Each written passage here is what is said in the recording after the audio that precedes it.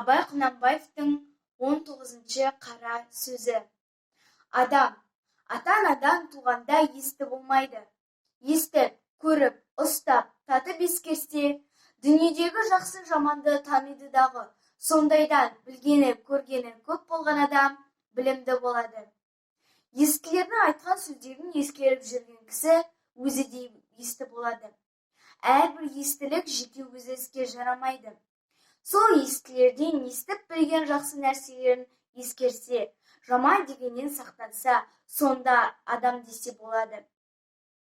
Мұндай сөзді естігенде жайқақтап, шалғырттанып, не салбырап, салғырттанып естісе, не естіген жерін қайта қайырып сұрап, ұғайын деп тұшынбаса, не сол жерде сөздің асына көзі жетсе де, шыға беріп, қайта қалпына кетіп, естіп-есітпей не керек? Осындай сөз танымайтұғын елге сөз айтқанша, өзіңді танитұғын шошқана баққан жақсы деп бір хакім айтқан екен. Сол секілді сөз болады.